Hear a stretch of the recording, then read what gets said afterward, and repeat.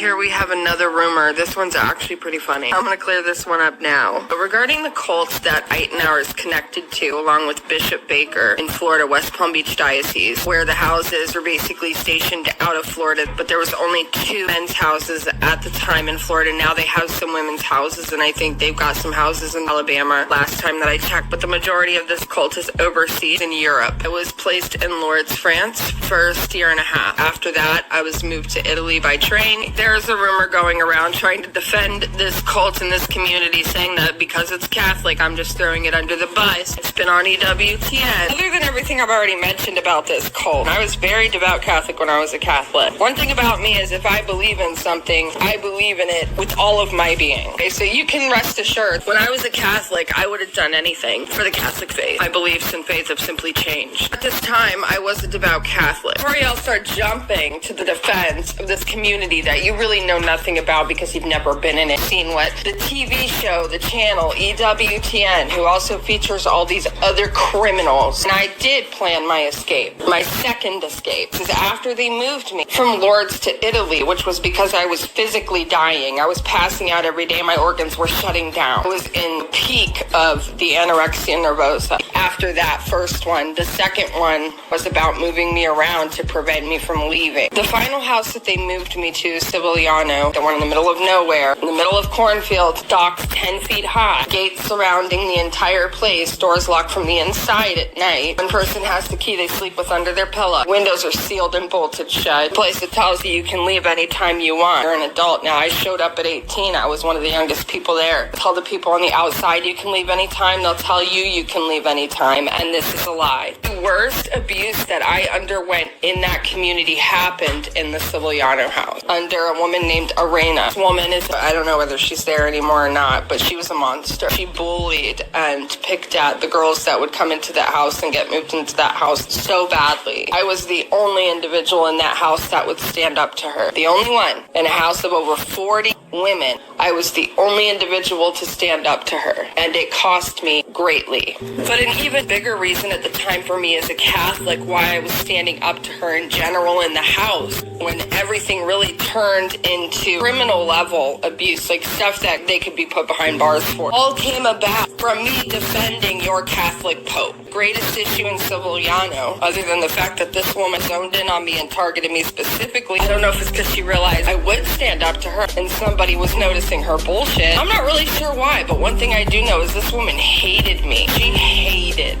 me. It wasn't even a strong dislike. This woman had such a hatred towards me that I remember being confused by it, especially at that time. I was just all obey, obey, obey, don't think. Compliant. There was always things that I resisted in that community for good reason, and I'm glad that I did. I do not believe in Catholicism, but back then you could consider me a Catholic dog. I just did everything that I was told. Once I was moved to Italy, the mother house is in Saluzzo, where they keep all our documents and passports and anything that can identify who we are should we escape that house. Well, they have their own catechism going around, and I was a devout Catholic. They had a nun appointed to go around and teach Catholic catechism to every house. She would come at least once a week, and her name is Nives, Nives. She is one of 3 nuns that left their order to begin this community. So it was her, one other nun that I never met, and then the head nun who began everything. They just think she runs the place, but it's really all the people she allowed to become in charge of these houses. That's where I think it morphed from her trying to help out some drunks on the street into an entire worldwide cult at this point. Nevis was chosen specifically by Elvira to teach catechism of the Catholic Church to people in the different houses. And every house has their own chapel. It's been given permission to have the Catholic Eucharist tabernacle handled by the individuals in that house. This nun is going around teaching catechism, and I remember the very first time she showed up once I was in Savilgiano, and this woman was spewing Catholic doctrine backward the entire time. If you took everything that Catholicism teaches and then reverse it. So let me just describe for those unaware what a heretic is. Someone who claims to be Catholic and claims that this is Catholic doctrine, teaching it as Catholic doctrine when it's not. That's what a heretic is. Y'all try to call heretics people who don't believe in your religion, don't claim to be Catholic. For example, me, I'm not a Catholic. I rejected the Catholic religion years ago, back in July of 2017. When I speak on Catholic doctrine, I'm not claiming that I'm a Catholic. I'm not saying I'm Catholic and this is Catholicism. That's the difference between a heretic and somebody who just doesn't believe in the same thing as you. I took great issue and was highly disturbed by the very first class that I attended. Remember, I was like, I'm out today. I just got into that house and I was ready to leave. In this house, nobody would stand up. I was the only woman in a house of 40 women who would stand up to Arena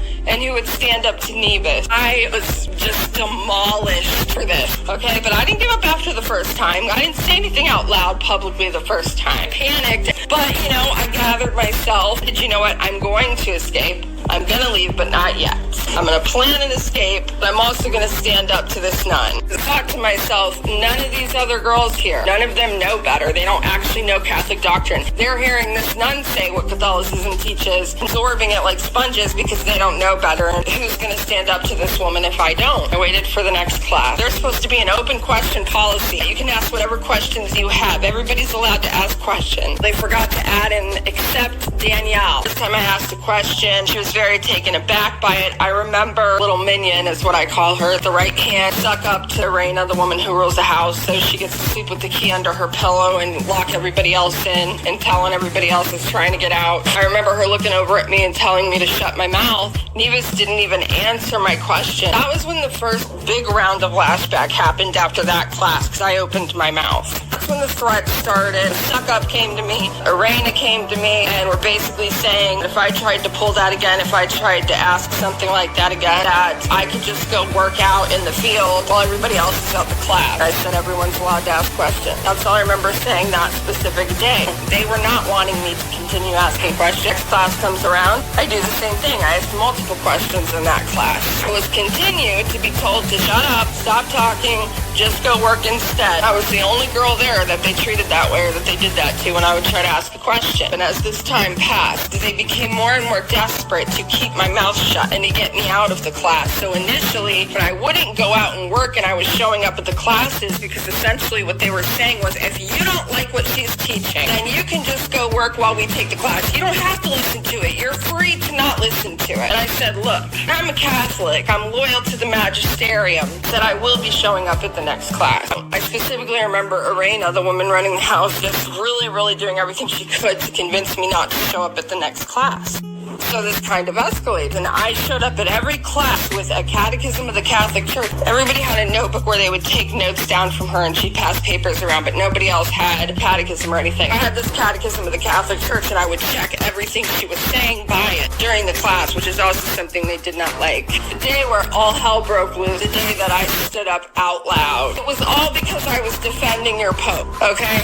So before you start gossiping and saying, oh yeah, she just hates Catholicism, just throwing anything Catholic under the realized that what happened to me in Savilgiano was all because I stood up for your Pope, stood up for Catholic doctrine and what Catholic doctrine teaches as a Catholic, because that is what I believed in. And to this day, I have a problem with anyone claiming to be Catholic that's going to teach a contrary doctrine. I have a problem with the Buddhist who walks around saying, I'm a Buddhist, but teaches a contrary doctrine. I have a problem with anybody who tries to paint something in a light that it's not. And I get frustrated with people, not people that have a passion for their faith that I strongly disagree with, like Catholicism. It's the lukewarm people. People who don't take the time to know what the doctrine really teaches or what they believe in and just says they believe in it. I have a problem with that.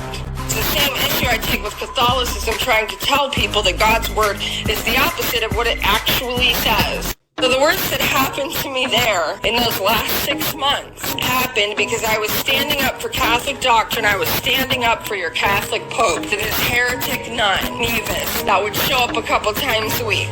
Every week that I showed up to that class, it got worse for me. And I'm not going to go into all the different things that they did, but I will mention a few different things that they did. They started giving me less food. Understand that these people knew that I had almost died of anorexia, that I was in recovery level stage. This was prior to my escape. They had already sent me to the place. that had started getting weight back on me. I did all day was sit at a table trying to eat a plate of food for months. So they knew this. They knew it was vital to make sure that I was getting specific nutrients. They started giving me less than everybody else, less than what the basic need is, especially for the hard labor that they make us do there for free. This is a slave labor community. It's a slave labor cult. And it's really bad in Lourdes with the slave labor. They have us making all sorts of things and doing all sorts of things, and then they're taking those products that we work for and they're selling them to shops in Lourdes that are selling stuff to the tourists. This is slave labor. We're not getting paid for this. Now, we're being forced to do this stuff 12 plus hours a day for nothing. One of the first things they did was cut back on my food, and then they started adding labor on top of what I was already doing after hours. Like after the dinner hours, we're supposed to have some time to wind down. Of course, we can never be alone, and it's very controlled. But I mean, you're out the second your head hits the pillow there. You're constantly being labored there. It started getting to the point where they extended the hours past bedtime. So everyone else is in bed, and I'm being forced with Minion and a couple others to work all hours of the night, specifically preparing for their trip to Rome, Italy, to see the Pope at the time, who was Benedict XVI. So I'm over here in Savilgiano, Italy, defending Benedict XVI and your Catholic doctrine. I suffered what I suffered because I was defending your Pope. Then it got to the point when I completed the labor late at night. The little minion, because I'm not going to give her name. I'll use Arena's name, but I don't think it's necessary to use the name of the girl who was a suck up to her, because for all I know, I mean, everybody reacts differently to being held prisoner under the guise of something else and being controlled. Everybody reacts differently. So whatever, this was her mode of survival. I don't agree with it. I think it was really shitty, but I'm not going to give her name. Knows who she is, though. So there's like all these rules. Everybody brushes their teeth at the same time. Everybody eats at the same time. Everybody works at the same time. Everybody sleeps at the same time. Unless you're standing up for the Pope or the Catholic doctrine, then the rules change. Towards the final months, that girl and a couple others blocking me from using the restroom when I was done working, like at 1 and 2 in the morning, because everybody brushes their teeth at 8 o'clock. Danny, everybody brushes their teeth at 8 o'clock. Are now not going to let you use the restroom, brush your teeth, or do anything you got to do before you go to bed. Just go to bed like you are. I was humiliated by Arena among the entire house of women. She'd do this to other girls too. She would bully them and I'd stand up for them. When I was bullied by her, nobody stood up for me. Nobody else had the guts to stand up. I didn't hold it against the new girls, and I don't even really hold it against anybody else now. I don't, because again, everybody reacts differently when you're in a situation like that. All right? A lot of these girls probably already being bullied didn't know how to stand up for themselves, and so I stood up for them, and that became a problem for her. The whole catechism classes and me standing up to Nevis became a good reason for her to use instead. But towards the end, I really got broken down because I was being sleep deprived, I was being overworked, basically pulling down the amount of food they were giving me to a point where my body couldn't sustain what I was doing. I was already in recovery, the anorexia nervosa, and they knew about this. So now I'm being really, really worn down, but I'm continuing. She's getting worse and she's lashing out more, and it's bad. There came a point where there were girls that I stood up for that would come to me in the background after watching them do what they were doing to me, like, we want you to know that we support you and we believe what you're saying and we're glad you're standing up and saying something. Some of these girls would come to me in private and let me know that they agreed with what I was saying and what I was doing, but nobody publicly stood up. I was the only person who would stand up publicly. I was what was going down when I escaped, when I was planning my escape. There are things I'm not wanting to get into, at least not right now. Just know that I was persecuted specifically for standing up for your Catholic Pope and your Catholic doctrine. So before you start running your mouths about a story you know nothing about, and you were not there for, make sure you have your facts straight. I was defending your religion and your Pope, and for that specific reason, I was targeted and abused and bullied all the way up until my escape. So yeah, I just wanted to clarify that. So you lock them up, throw away the key.